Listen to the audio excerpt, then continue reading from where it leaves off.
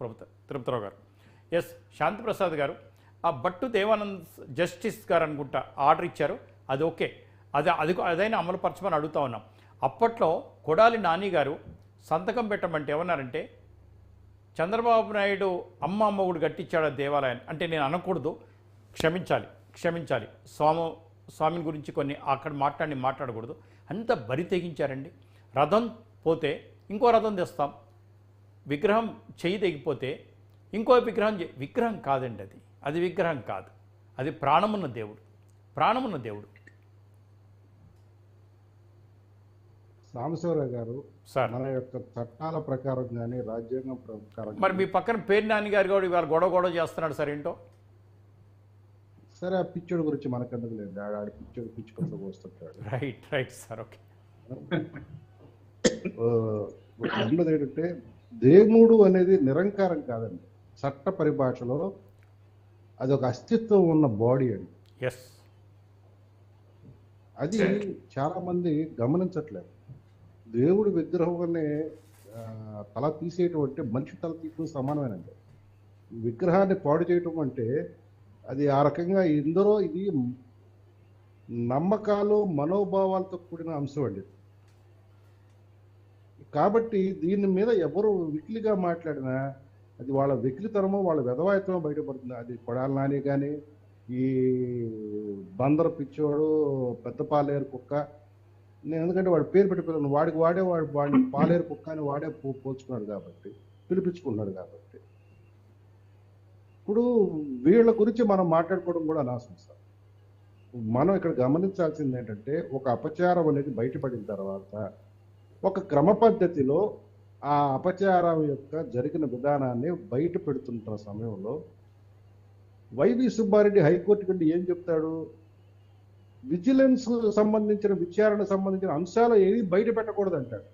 మీరు గమనించారా, గతంలో మన బాత్రూంలో గొడ్డలపోటు, అది గుండెపోటు వైఎస్ వివేకానంద గారు జరిగితే వెంటనే హైకోర్టుకు వెళ్ళి గ్యాగ్ ఆర్డర్ తెచ్చుకున్నారు.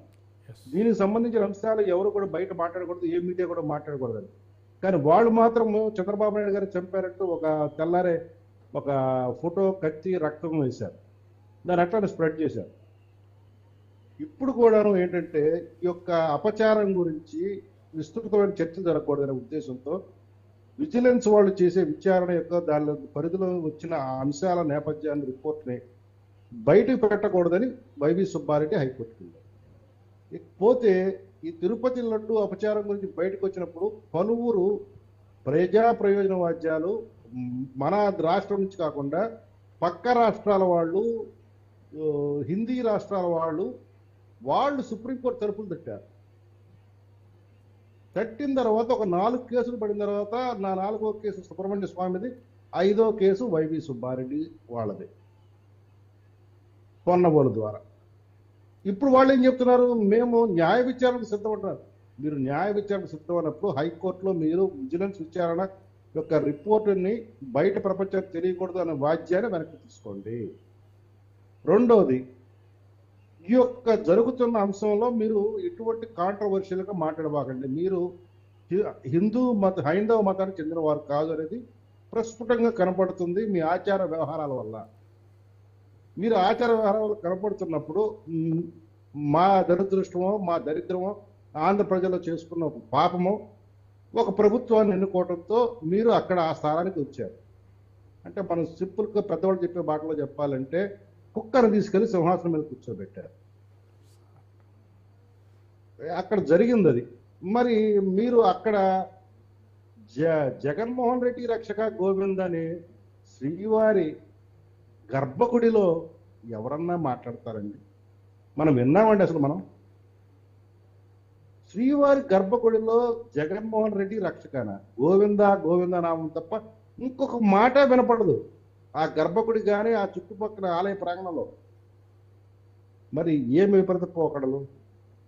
మరి ఆమె అన్యమతస్తురాలు అనడానికి ఎంతకన్నా ఏమన్నా కావాలా? ఆమె నిత్యం బైబిల్ చేతిలో పట్టుకుని ఉంటుంది. సరే, వైవి సుబ్బారెడ్డి గారి గురించి కాంట్రవర్సీ చాలా ఉంది. అతను హైందవ ధర్మం పాటిస్తారని, కొంతమంది క్రిస్టియన్ మతాచారాలు పాటిస్తారని. సరే, అది ఏది ఉన్నా జరిగింది అపచారం. అపచారం యొక్క బయటకు తీసుకొచ్చి క్రమంలో చంద్రబాబు నాయుడు గారు, పవన్ కళ్యాణ్ గారు వీరితో భారతీయ జనతా పార్టీ ఈ కూటమి ప్రభుత్వం ఒక సిస్టమేటిక్ వేలో నేర విచారణ, నేర పరిశోధన చేస్తుంది. ఈ దశలో సిట్ వేయటం జరిగింది. ఇప్పుడు వీళ్ళు సిట్ను కూడా ప్రశ్నిస్తూ ఇందాక ఇప్పుడు మీరు ప్రస్తావించిన పేర్లు గల వ్యక్తులు పిచ్చి పిచ్చి మాటలు మాట్లాడారు. మరి మీకు ఏమి హక్కు ఉందని చంద్రబాబు నాయుడు గారిని అరెస్ట్ చేసేటప్పుడు కనీసం ఆయనకి ఎఫ్ఐఆర్ కాపీ చూపించమన్నా చూపించకుండా అరెస్ట్ చేసుకొచ్చి ఆయన రిమాండ్లో పెట్టిన తర్వాత మాత్రమే ఆయన మీద ఉన్న కేసుకు సంబంధించిన వివరాలు బయట ప్రపంచానికి చూపించారు. మరి మీరు చేసింది ఒప్పైనప్పుడు ఇప్పుడు విజిలెన్స్ విచారణలో ఏం జరుగుతుంది, ఏం జరగబోతుంది, రేపు సిట్ విచారణలో ఏం జరుగుతుంది, ఏం జరగబోతుంది అని అంటే వాళ్ళకి ఆ పేరు ఇష్టం లేదు సార్. సర్వశ్రేష్ఠ త్రిపాఠి ఎంత గొప్ప పేరు. ఆ పేరే ఒక రకంగా వైబ్రేషన్ ఉంటుందండి. సర్వశ్రేష్ఠ త్రిపాఠి అంటే ద్వివేది, త్రివేది, చతుర్వేది అవన్నీ ఊరికే రావండి. ఆ వంశాలు పండితారాధ్యుల బాలసుబ్రహ్మణ్యం గారు, అవునండి. కాశీనాథుని విశ్వనాథ్, ఆ పేర్లన్నీ కూడా పండితులు ఆరాధించే కుటుంబం అనమాట. శేషన్ వీళ్ళంతా కూడా పూర్తి స్థాయి పండితులండి. సరే వాళ్ళు ఏమన్నా మాట్లాడండి మీరు అన్నట్టు. మీరు ఇంకొక విషయం గమనించారు సాంబశివరావు గారు, సార్ జగన్ రెడ్డి ప్రతిపక్షంలో ఉంటే ఆంధ్ర పోలీసుల్ని, ఆంధ్రాలో ఉన్న వ్యవస్థని నమ్మడు. తను ప్రభుత్వంలో ఉంటే ఆంధ్ర పోలీసులు అంత ఉత్తమమైన వ్యక్తులు ఎవరు ఉండరంటాడు. అంటాడు. మరలా సేమ్ ఇప్పుడు పోలీసులే సేమ్ కథే. యా మళ్ళీ అదే ధోరణి ప్రదర్శిస్తున్నారు. ఎస్ రేపు మీకు విషయం చెప్తాను. కేంద్ర ఇంటెలిజెన్స్ సంస్థ ఈ కూటమి ప్రభుత్వాన్ని హెచ్చరించింది. రేపు తిరుమల బ్రహ్మోత్సవాల్లో జగన్ రెడ్డి పార్టీ వారి వ్యక్తులు ఏదో అల్లకల్లోలం చేయబోతున్నారు, అప్రమత్తంగా ఉండండి అనే సంకేతాలు వచ్చినాయి. దానికన్నా ముందే ఇప్పుడు ఈ కుట్ర బయటపడుతుంది. చాలా జాగ్రత్తగా అసలు ఉండాలి సార్. వెంకటేశ్వర స్వామికి పవిత్రమైన ఈ మాసంలో 2వ శనివారం నాడు చాలా పవిత్రంగా చూసే రోజున ఇతను కొండపైకి వెళతారని ఎంత ధైర్యంగా చెప్తున్నాడు అంటే, రాష్ట్ర విచ్ఛిన్నం చేయడం కోసం, మత రాజకీయాలను రెచ్చగొట్టడం కోసం ఇతను చేస్తున్న ఆలోచన దాన్ని ఆపేద్దాంలేండి. పవన్ కళ్యాణ్ గారు ఉన్నారుగా, సీఎం గారు ఉన్నారు.